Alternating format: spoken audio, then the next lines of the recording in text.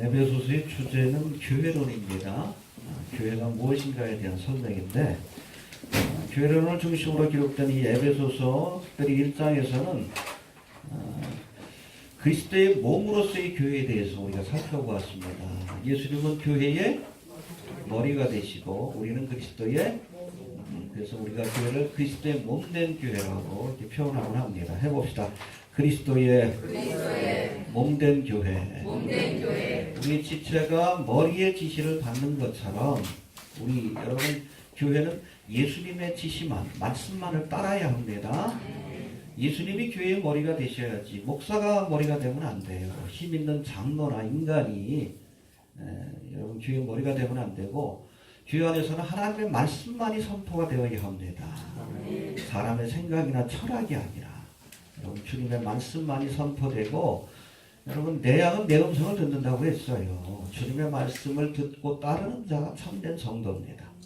알겠습니까? 하나님의 말씀보다 세상의 이데올로기를 앞세운다.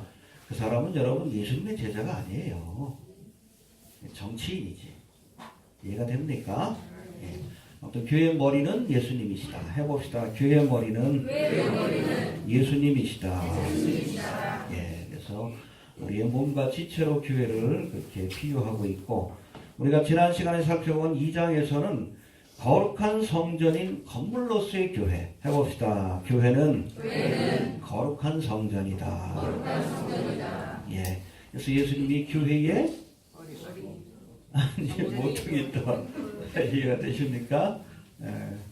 해봅시다. 모퉁이 돌이 되신다. 예, 모퉁이 돌. 이 모퉁이 돌의 희생을 통해 예수님의 십자가의 희생을 통해 교회가 세워지는 겁니다. 알겠습니까? 그래서 우리가 기다리는 예수님은 교회의 모퉁이 돌. 근데 여러분 적그리스도의 세력들이 기다리는 적그리스도는 머리돌 캡스톤으로 되어 있어요. 피라미드 꼭대기에 호루스 외눈깔 탁 박혀 있잖아. 네. 주님은 군림하러 오신 것이 아니라 섬기기 위해서 오셨어요. 할렐루야. 네. 그리고 기억해야 합니다. 십자가를 지고 대속의 사역을 완성하시고 종으로서 섬기기 위해서 이 땅에 오셨습니다. 우리에게도 너희도 섬기는 자가 되어라. 할렐루야. 예. 모퉁이 돌이 되심을 기억할 수 있게 되길 바랍니다. 예수 그리스도라는 모퉁이 돌 기초 위에 말씀이란 기초 위에 교회가 세워져야 한다는 겁니다. 이해가 됩니까? 에베소서 3장에서는 이런 교회론에서 잠깐 벗어나서 이제 에베소 교회를 세운 사도 바울이 직접 설명하는 하나님의 일꾼의 자격에 대한 말씀이 나옵니다. 하나님의 일꾼에게는 이러이러한 자격이 있어야 하고 또 저들에게는 이러이러한 사명이 주어졌다라고 설명하고 있어요. 1절부터 13절까지고 또 뒷부분에서는 에베소 교회 성도들을 향한 사도 바울의 기도. 너희가 이러한 사람이 되길 원한다. 특별히 하나님의 은혜 가운데 충만한 자, 온전한 자가 되길 원한다. 라는 기도의 그런 내용들이 소개되고 있습니다. 하나씩 좀 살펴봅시다. 먼저 1절부터 13절까지 하나님의 일꾼의 자격과 또 저들에게 주신 구체적인 사명에 대한 설명이 나오는데 3절, 4절 한번 봅시다. 시작. 곧 계시로 내게 비밀을 알게 하신 것은 내가 이미 그간 기록하고 왔으니 이것을 읽으면 그리스도의 비밀을 내가 깨달은 것을 너희가 알 수 있으리라. 예, 해봅시다. 계시로 비밀을 알게 하셨다. 여러분 하나님의 계시의 비밀, 복음이죠, 복음. 그걸 알아야 사도가 되는 거예요. 무슨 얘기인지 알겠죠? 그래서 우리가 어줍지 않게 일하려고 하면 안 됩니다. 먼저 하나님의 비밀을 깨닫기 위해서 성경을 먼저 봐야 돼. 뒤에 가서 좀 더 설명합니다. 보내심을 받았다는 뜻을 가진 사도, 아포스톨로스라고 되어 있죠. 이 사도는 본래 공생의 기간 동안 예수님과 함께 하면서 직접 예수님으로부터 말씀을 받은 12제자를 일컫는 그런 말이었습니다. 보내심을 받았다. 해봅시다. 보내심을 받았다. 그런데 이 사도 바울은 본래 예수님과 함께 공생애를 보낸 사람이 아닙니다. 그래서 이런 기준에서 따지면은 사도가 될 수 없는 사람이에요. 이해가 되십니까? 그러나 이 사도 바울은 다메섹 도상에서 예수님이 직접 저를 불러서 이방인들에게 복음을 전하는 사명을 맡김으로 특별한 선택으로 사도가 된 사람이에요. 이해가 되십니까? 맨 나중에 사도된 사람입니다. 해봅시다. 특별한 선택으로 사도가 되었다. 여러분, 교회 역사에서 2000년 교회 역사에서 이 사도권이 중요한 또 다른 이유는 요즘 뭐 신사도 운동하는 사람들 있죠. 지금 시대에도 사도들이 있다. 이게 이단이에요, 이단. 이 사도권이 중요한 이유는, 또 다른 이유는 바로 이것이 복음의 진리를 판별하는 기준이 되기 때문에 그렇습니다. 성경이 권위를 갖고 있느냐 아니냐, 그것을 판단하는 기준이 바로 사도권이에요. 해봅시다. 복음의 진리를 판별하는 기준이 된다. 여러분, 초대교회는 여러 서신들과 문서들이 있었어요. 거기에 뭐 위경도 있고 외경도 있고 이단들이 그냥 남의 이름을 빌어서 쓴 그런 글들도 있는데, 초대교회가 여러 이런 문서와 서신들 가운데 특별히 신약이 몇 권으로 되어 있죠? 3927. 구약은 39권. 해봅시다. 3927. 전체가 몇 권? 66권입니다. 그 외의 것들을 우리가 외경 혹은 위경이라고 얘기를 합니다. 여하튼 여러 문서들 가운데 27권을 정경으로 선정하는 과정에서 기준이 된 것이 바로 그 문서에 사도적인 권위가 있느냐, 이걸로 판별하는 거예요. 해봅시다. 사도적인 권위가 있느냐. 베드로, 요한, 바울과 같은 사도들이 직접 쓴 글이거나, 그렇죠? 베드로 전후서라든지 요한계시록이나 요한복음, 누가 쓴 거예요? 사도들이 직접 쓴 거예요. 바울의 서신도 이 바울이 직접 썼으니까 그것이 정경으로 인정될 수 있는 겁니다. 이해가 됩니까? 그러거나 글을 쓴 사람이 비록 사도는 아니지만 사도들과 매우 친밀한 관계를 갖고 있어서 그가 쓴 글에 사도적 권위를 인정할 만한 근거가 있다고 판단될 때 그 글들이 정경에 포함됐습니다. 예를 들면 여러분, 마가복음은 누가 쓴 거예요? 마가가 사도입니까? 아니죠. 그러나 이 마가는 사도 바울이 전도 여행을 할 때 함께한 자예요. 그리고 여러분, 마가의 다락방 할 때 그 마가가 그 마가입니다. 오순절 성령이 임할 때도 함께했고 예수님의 공생 기간 동안에도 비록 사도는 아니지만 가까이서 사도들과 예수님을 그렇게 보면서 함께했던, 그리고 사도들로부터 직접 복음의 소식과 말씀을 들었던 사람이기 때문에 마가가 쓴 이 복음을 정경으로 포함을 시킨 거예요. 누가도 원래는 사도가 아닙니다. 근데 누가가 쓴 두 개의 글이 있어요. 누가복음하고 사도행전. 그렇죠? 누가는 여러분 본래 12사도 가운데 또 포함된 사람은 아니지만 특별히 사도 바울이 복음을 전할 때 원래 그 역사가이자 의사였기 때문에, 바울이 또 병이 있잖아. 함께 하면서 아마 사도 바울로부터 이 복음에 대한 말씀들을 많이 들었고 또 예수님에 관한 기록들도 많이 알고 있었을 겁니다. 우리가 누가복음에 보면 엠마오로 가는 두 제자가 있죠? 예수님의 부활을 목격했다. 처음 봤을 때 몰랐지. 그 중에 하나가 누가입니다. 이해가 됩니까? 네. 아무튼 이런 사도적 권위가 있기 때문에 이 마가라든지 누가 같은 사람이 쓴 글도 여러분 정경으로서 27권 안에 포함이 된 겁니다. 이해가 됩니까? 예. 아무튼 이들은 초대교회 일원으로 사도들과 함께 선교 여행을 하고 저들로부터 직접 들은 말씀과 경험한 일들을 글로 옮겨 놓았기에 저들이 기록한 책이 정경 가운데 포함될 수 있었다는 겁니다. 이해가 되십니까? 사도 바울의 경우엔 우리가 갈라디아서 1장을 공부할 때도 살펴봤듯이 1장 17절 18절에 밝힌 것처럼 다메섹에서 회심한 이후 곧바로 복음을 전하는 것이 아니라 어디로 갔어요? 아라비아. 처음 들어봐요? 한번 찾아봅시다. 1장 갈라디아서 1장 17절 18절 복습합시다. 너무 중요해요 이게.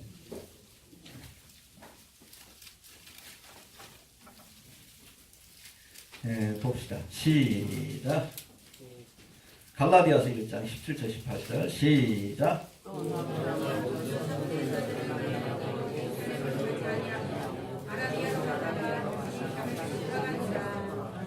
그 후 3년 만에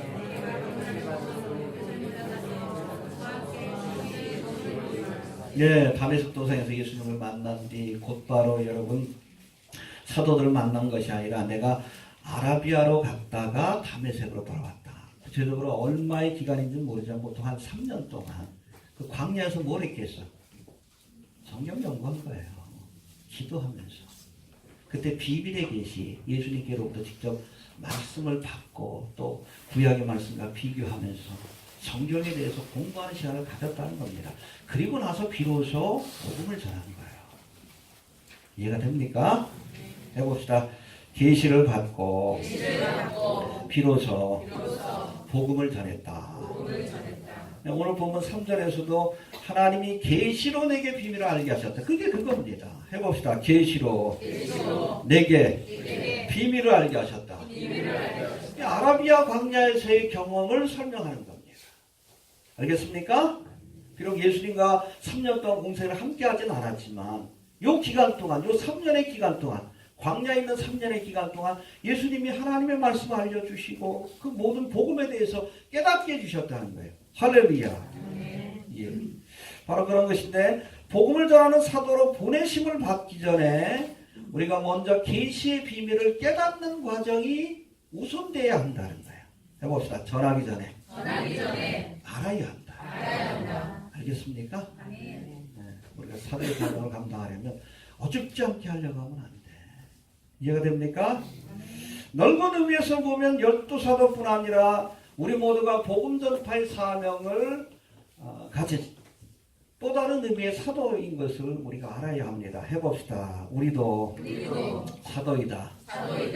그래서 예수님께서 12제자를 부르실 때에 잘 들으세요. 주님 앞에 서면 우리가 제자입니다. 세상에 나가면 사도예요. 우리가 교회 와서는 열심히 성경 배워야 돼요. 주님 앞에서. 그리고 배우고 받은 은혜의 말씀을 나가서 전하는 거예요. 그러니까 먼저 제자가 돼야지. 제자가 되고 나서 사도가 되는 거예요. 하나님의 말씀을 깊이 있게 연구하고 나서 전해야지. 제대로 공부도 하지 않고 그냥 남들이 그런다고 그냥 어줍지 않게 그냥 사역을 시작했다. 이상해지는 사람들 많잖아. 박성범이 보면 요즘 걔가 무슨 선교사예요. 신학을 공부한 적도 그런데 무슨 선교사예요. 어줍지 않게 뭐 예언자 흉내내잖아. 그러다 조만간 남자 성령 되고 그러는 거예요. 데비드 차가 무슨 신학을 했어요. 근데 왜 선교사라고 불러? 이정훈 씨도 저는 회심했다고 봅니다. 그러나 철학을 공부한 사람 아니에요. 먼저 깊이 있게 신학을 연구하고 하나님의 말씀을 연구하는 시간을 가져서 내 생각을 철학이 아닌 말씀으로 바꿔놓고 나서 사역을 해야지. 배운 게 도적질이라고. 모든 걸 다 철학으로 풀어. 이데올로기로 풀어. 철학적으로 보면 맞는 얘기예요. 그러나 성경적으로 보면 틀린 얘기입니다. 어줍지 않게 여러분 사역을 시작하려고 하면 안 돼요. 정말 이정훈 씨가 뭐 어떤 사람은 뭐 20대의 사도 바울 아니요. 사도 바울은 3년 동안 여러분 계시의 말씀을 연구했어요. 전하기 전에. 자기의 생각이 분토만도 못하다. 내가 갖고 있는 철학, 세상적인 철학이 아무것도 아니다라는 것을 고백할 때까지 우리가 하나님의 말씀에 대해서 깊이 있게 연구하고 또 그걸 인정할 수 있어야지. 그러고 나서 복음을 전해야지. 어줍지 않게 하니까 교회를 정치판으로 만들어 놓고 있잖아. 저는 이정훈 씨가 회심했다고 봅니다. 그러나 여러분 회심한 것하고 사역을 감당하는 것은 또 다른 문제예요.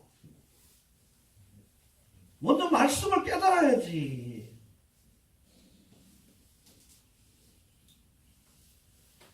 그렇잖아요. 어줍지 않게 선교사니 전도사니 말씀에 대한 깊은 연구도 없이 그런 상태에서 영향력이 커지니까 사람들을 다 그릇된 길로 인도하는 것 아니에요. 종말의 때에 대해서 알려도 여러분 성경을 깊이 있게 연구하고 나서 성경을 통해서 얘기를 해야지. 이게 말씀에 대한 깊이가 없으니까 자꾸 여러분 그거 전하다가 음모론자가 되는 거 아니에요.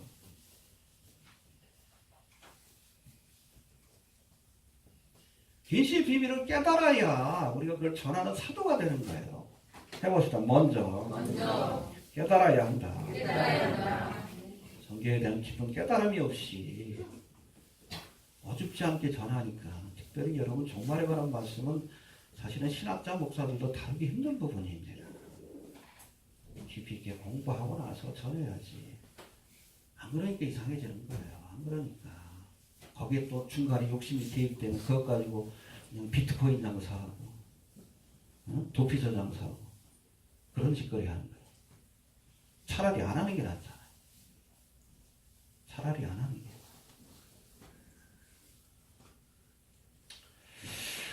두 번째, 사도들이 이처럼 계시의 비밀을 알리기 시작함으로 할렐루야. 이 계시의 비밀은 여러분 뒤에 설명하겠지만 복음이에요. 이 비밀을 알림으로 은혜 시대가 열리게 되는 겁니다. 할렐루야. 5절 한번 봅시다. 시작. 이제 그의 거룩한 사도들과 전사들에게 성령으로 나타내신 것 같이 다른 세대에서는 사람의 아들에게 알게 하지 아니하시니. 여기서의 다른 세대는 구약의 세대입니다. 구약의 세대 때는 알려주시지 않았다. 이 계시의 비밀을, 복음의 소식을. 그러나 예수님을 통해서 또 예수님이 선택하신 사도들을 통해서 이 계시의 비밀이 알려지기 시작했다. 할렐루야.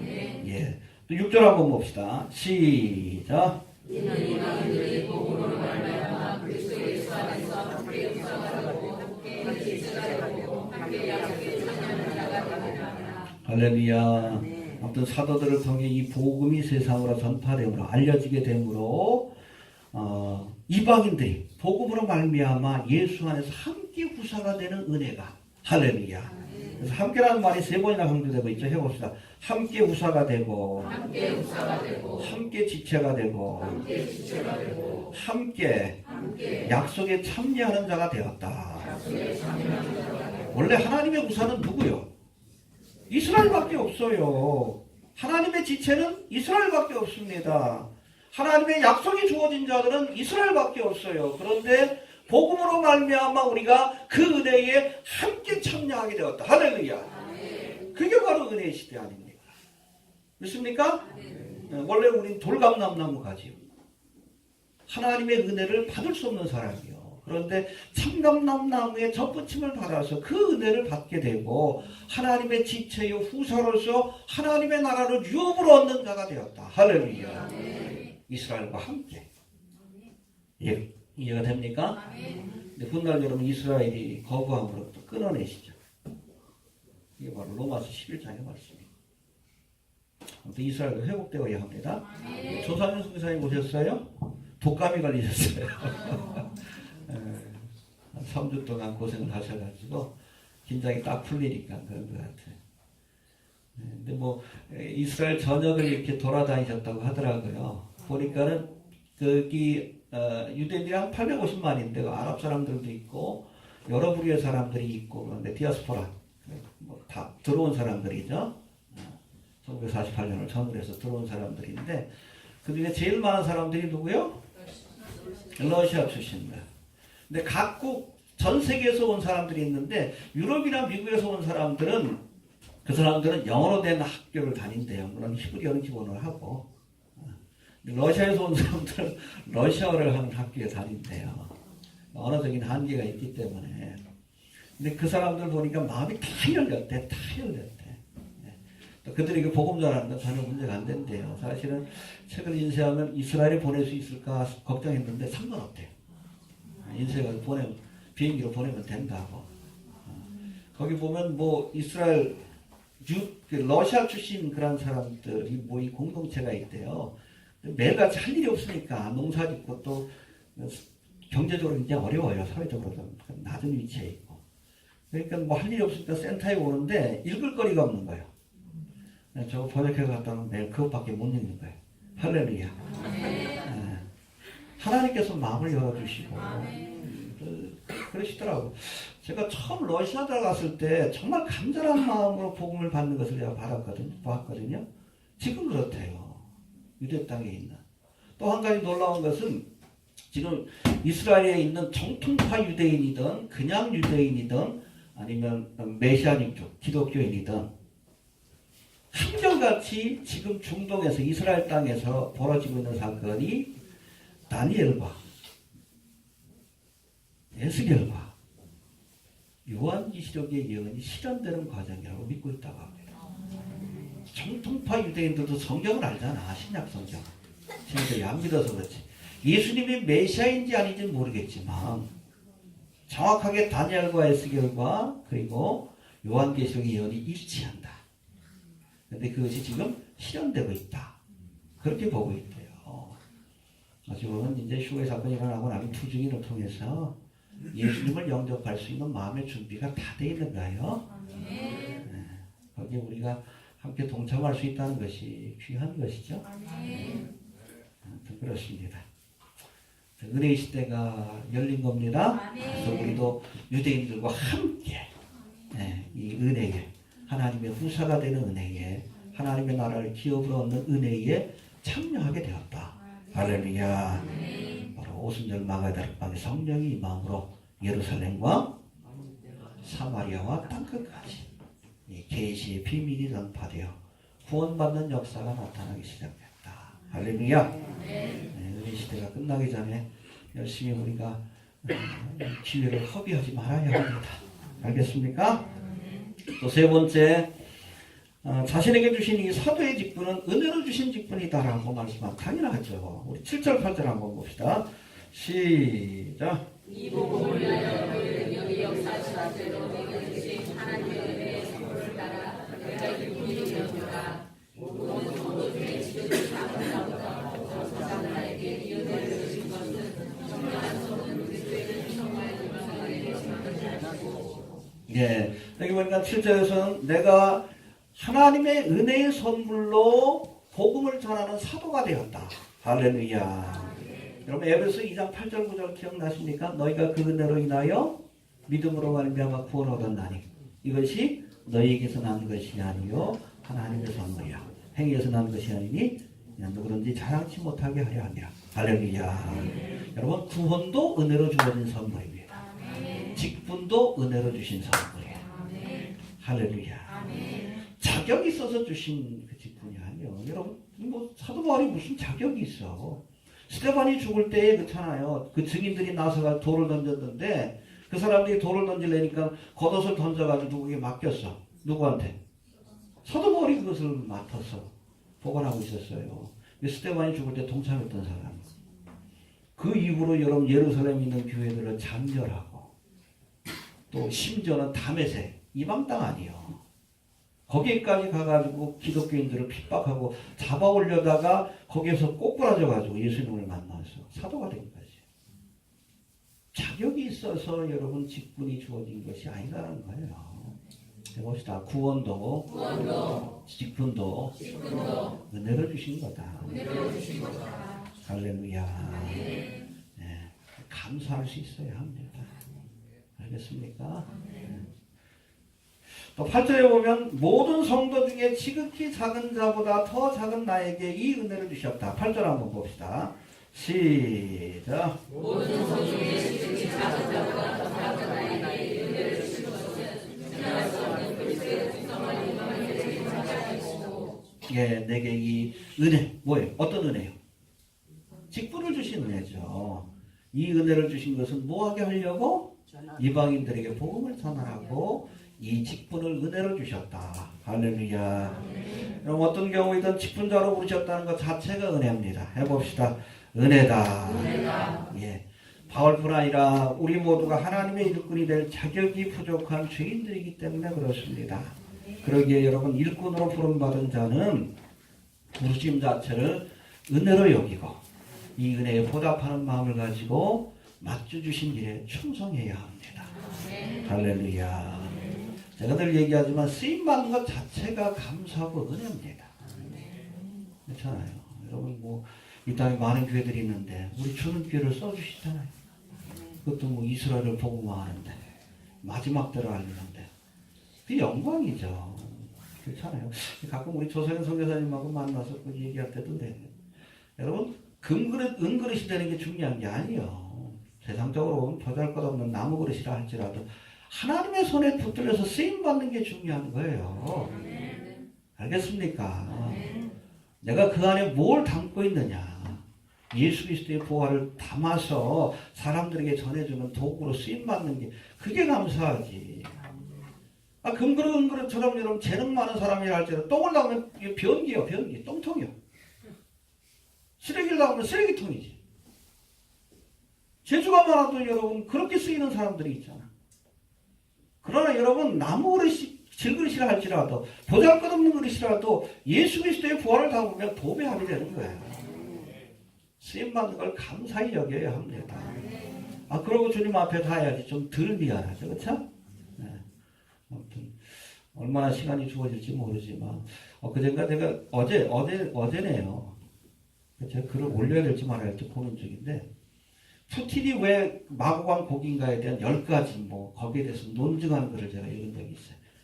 이런 이유로 푸틴이 마구간 곡이 될 가능성이 높다.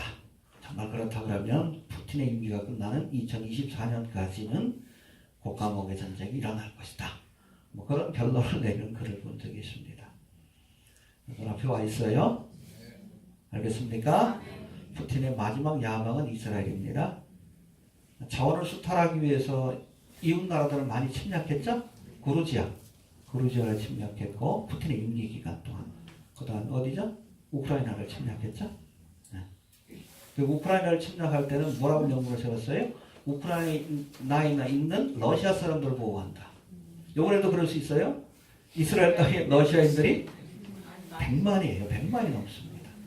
그 사람들을 보호한다는 명분을 내세워서 칠 수 있는 거예요.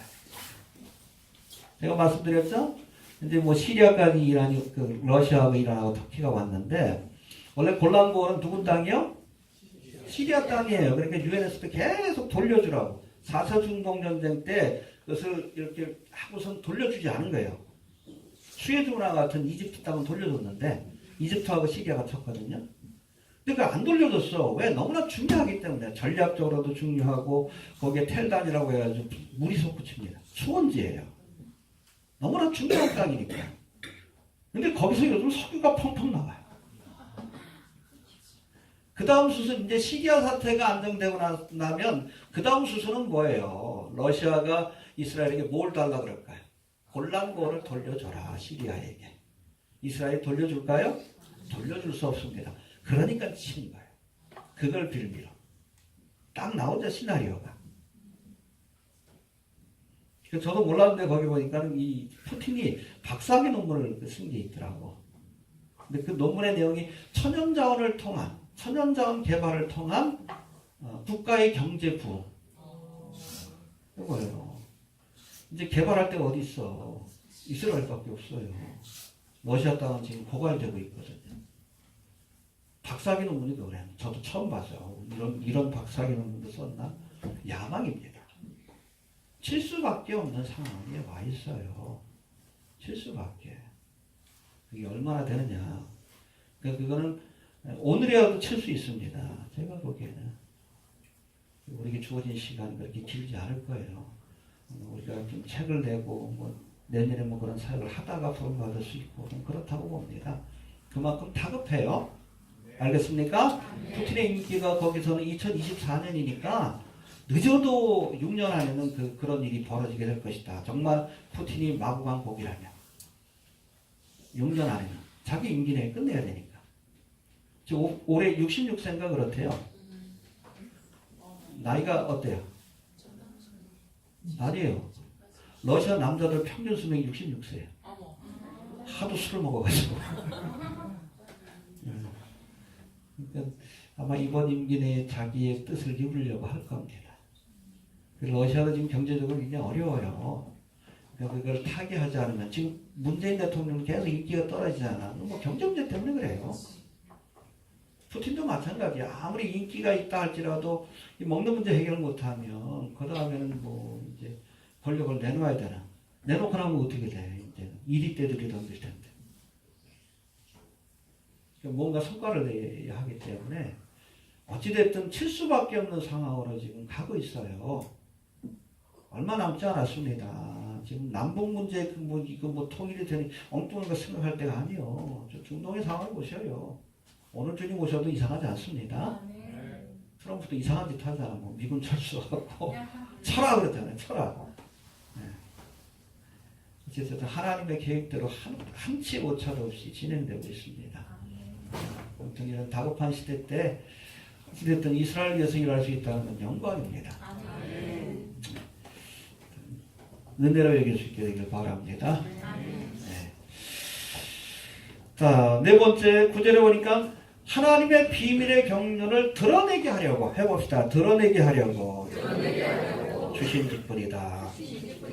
예, 한번 봅시다. 9절 한번 봅시다. 시작.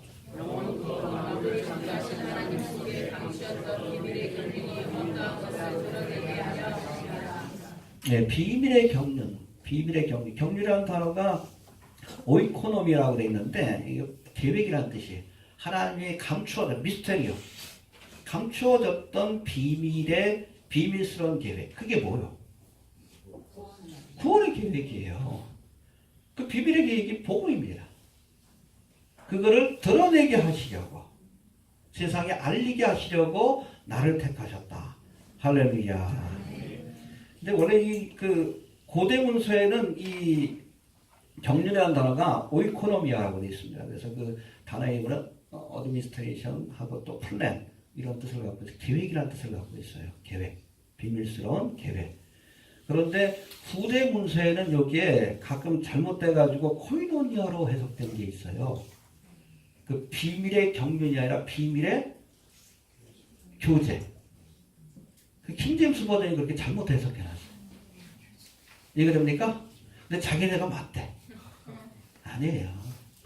근데 여러분 킹제임스 버전을 번역한 사람들이 원문을 이렇게 수집하는 과정에서 구할 수 있는 원문에 한계가 있었기 때문에 잘못된 원문을 해석한 겁니다. 비밀의 경륜, 오이코노미아로 해석하는 것이 맞습니다. 해봅시다. 비밀의 경륜을 드러내게 하시려고. 예, 여러분 하나님께서는 아담과 하와가 타락하여 에덴 동산을 떠나는 순간부터 죄인들을 구원하시고자 하는 계획을 보여주셨어요. 첫 번째 보여주신 사건이 뭡니까? 가죽옷을 지어 입힌 거예요. 그렇잖아요. 아담과 하와가 죄를 짓고 나니까 수치를 느끼기 시작합니다. 예전에는 뻘거벗고 다녀도 부끄러운 줄 몰랐는데 죄가 없으니까. 그러니까 뭐로 가렸어요? 무화과 나무 잎으로 가렸는데 조금 있으면 이게 시들어버리니까 한계가 있는 거예요. 근데 저들에게 하나님께서 가죽옷을 지어 입혔다라는 말씀이 나옵니다. 창세기 3장 21절 해봅시다. 가죽옷을 지어 입혔다. 그럼 가죽옷을 우리가 얻기 위해서는 반드시 무죄한 짐승의 희생이 전제가 되어야 합니다. 그러니까 지금 여러분 가죽옷 입지 말라, 모피 입지 말라, 막 반대하는 사람들 있잖아. 그걸 만드는 과정에서 반드시 무죄한 양이나 염소와 같은 짐승의 희생이 필요한 거예요. 아마 이때 양가죽 옷이 아니었을까 그렇게 봅니다. 알겠습니까? 그러니까 그 어린 양의 희생을 통해서 우리의 죄가 가려진다. 이게 바로 대속의 사역을 예표하고 있잖아요. 피 흘림을 통해서 죄 사함을 얻는다. 알겠습니까? 이후로 드려지는 모든 제사가 바로 그것을 예표하고 있는 거예요. 양이나 소의 피를 통해서 우리가 죄사함을 받고 하나님과의 관계를 회복한다. 할렐루야. 그걸 보여주셨고 그것을 완성하신 분이 예수님이십니다. 테텔레스타이. 믿습니까? 예. 아무튼 이것이 비밀의 경륜입니다. 비밀스러운 계획인데 그것을 드러내게 하셨다. 해봅시다. 드러내게 하셨다. 이 드러내다라는 단어가 헬라어로 보면 포티저라고 되어 있는데 해봅시다. 포티저. 이거는 조명을 비추다. 조명하다라는 뜻을 갖고 있어요. 해봅시다. 조명을 비추다. 여러분 아무리 뭐 좋은 내용이 적힌 책이라 할지라도 조명이 없으면, 빛이 없으면 볼 수가 없습니다. 우리가 뭘 보려면 세 가지 조건이 있어야 돼요. 볼 대상이 있어야 되고, 볼 눈이 있어야 되고, 빛이 있어야 돼요. 알겠습니까? 깜깜한 곳에서는 여러분 아무리 봐도 몰라요. 볼 수가 없기 때문에. 그래서 성경에서 아무리 비밀의 계시가 여기에 담겨져 있어도, 복음의 비밀이 담겨져 있어도 하나님이 조명해 주시지 않으면, 깨닫게 해주시지 않으면 깨달을 수가 없는 거예요. 창세기 3장 21절에 가죽옷에 대한 말씀이 있어도 그것이 구체적으로 어떤 의미인지 알 수가 없는 거예요. 성령께서 조명해 주시지 않으면.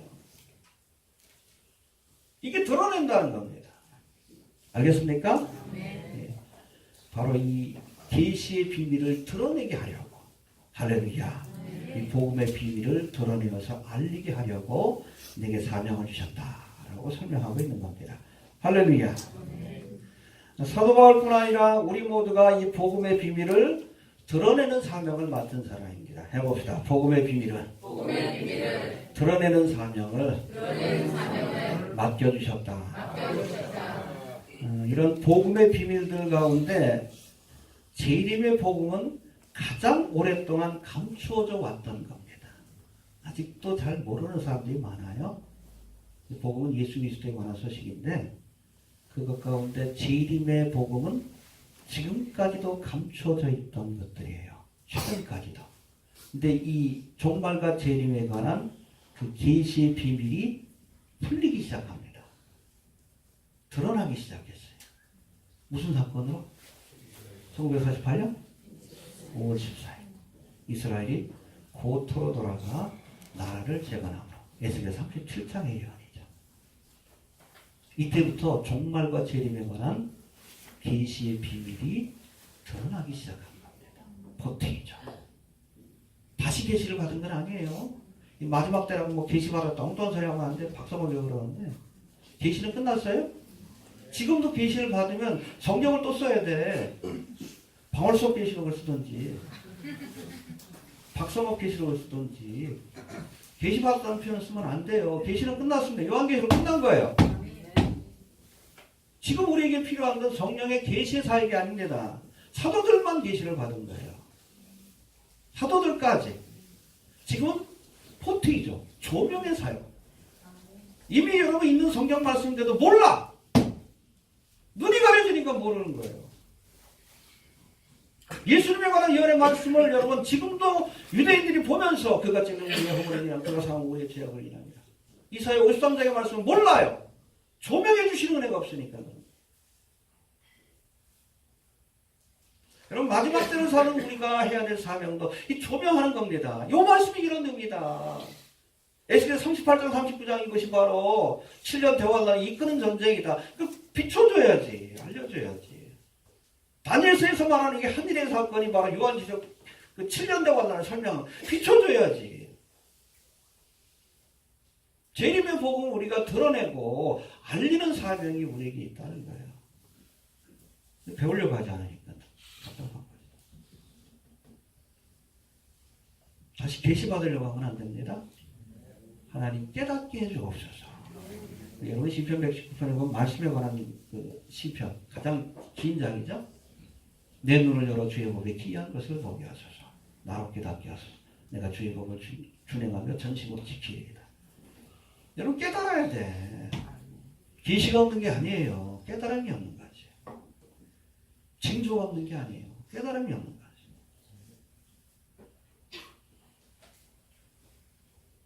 지금 인터넷에 뭐 7년째 지금 지속하고 있는 그게 바로 그겁니다. 이게 이거다. 우리에게 주어지고 있는 이 사건, 충동에서 벌어지는 상황이 성경의 예언대로 되고 있다.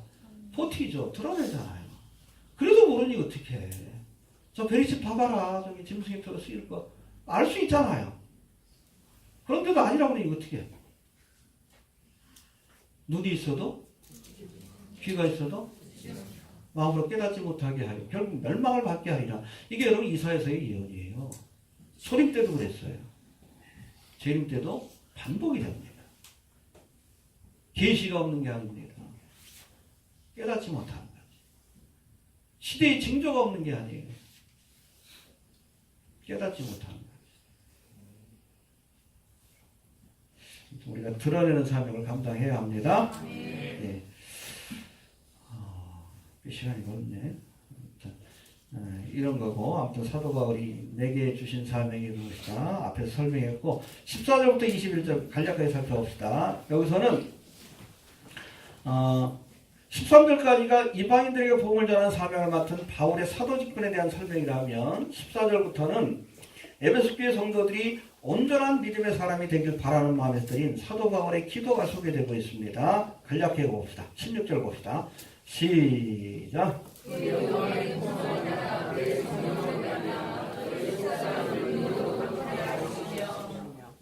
해봅시다. 성령으로 강건하게 하옵소서. 성령 충만받게 하옵소서. 여러분, 예수를 믿는 것만 가지고는 안 돼요. 성령의 능력을 받아야 증인이 될 수 있는 사도의 사명을 감당할 수 있습니다. 성령 충만받게 달라고 기도합시다.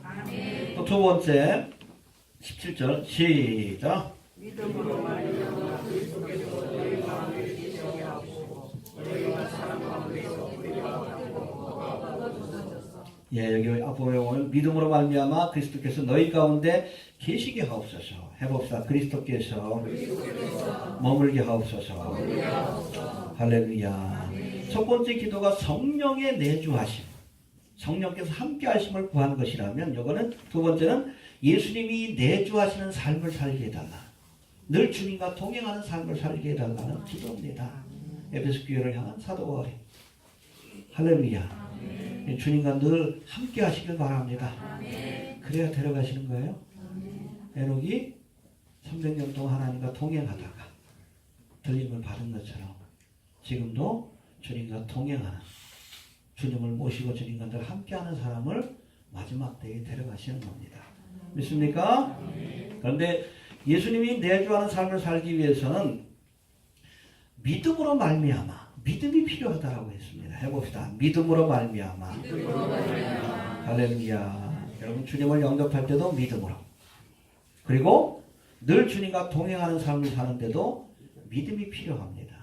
이게 피스티스라고 되어 있는데, believe in, 믿는다는 뜻도 있지만 신실할 필요가 있다는 거예요. 부부간에도 신실하지 않으면 함께할 수가 없는 겁니다. 영어는 치팅이라고 그러죠. 상대방을 속이거나 바람을 피거나 그러면 안 돼요.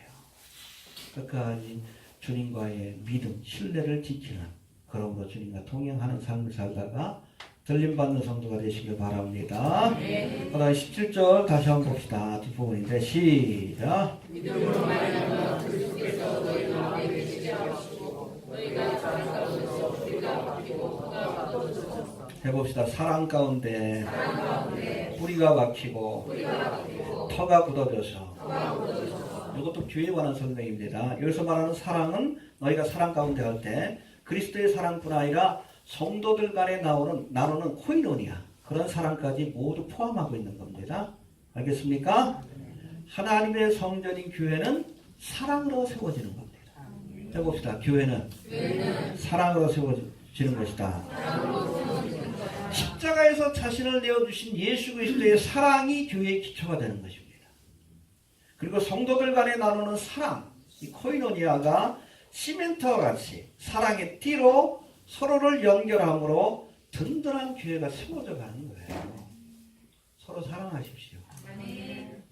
눈에 보이는 형제를 사랑치 않고 하나님을 사랑한다는 거 거짓말이라고 했어요. 우리 주는교회도 사랑의 띠로 하나 되어서 든든히 세워져 가는 교회가 될 수 있기를 바랍니다. 그럽시다. 교회는 사랑으로 세워지는 것이다. 네, 3장에 나오는 교회론 바로 이 말씀입니다. 짧지만. 그 다음에 네 번째 18절에 보니까 지식에 넘치는 그리스도의 사랑을 알게 하소서. 18절 한번 봅시다. 시작.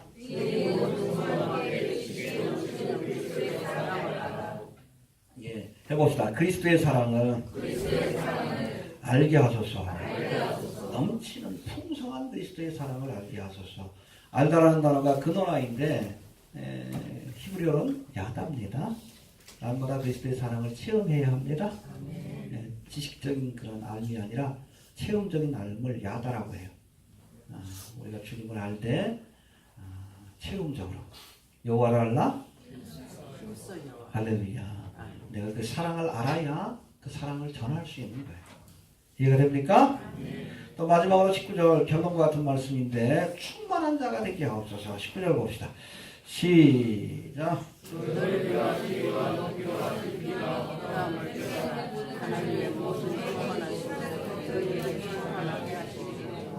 해봅시다. 하나님의 모든 충만하신 것으로 충만하게 하시기를 구하노라. 예, 이 기도는 앞서 드린 모든 기도의 결론이라고 할 수 있는데, 여기서 사도 바울은 에베소 교인들이 충만한 성도가 되기를 그렇게 원한다, 그렇게 이 기도하고 있어요. 해봅시다. 충만한 성도가 되길 원한다. 충만에 해당되는 헬라어가 플레로마라고 되어 있는데 두 가지 의미가 있습니다. 먼저는 믿음 충만, 성령 말씀, 은혜, 예, 이거와 마찬가지로 하나님이 주시는 모든 은혜로 가득 찬 상태. 영어로는 풀은 있어.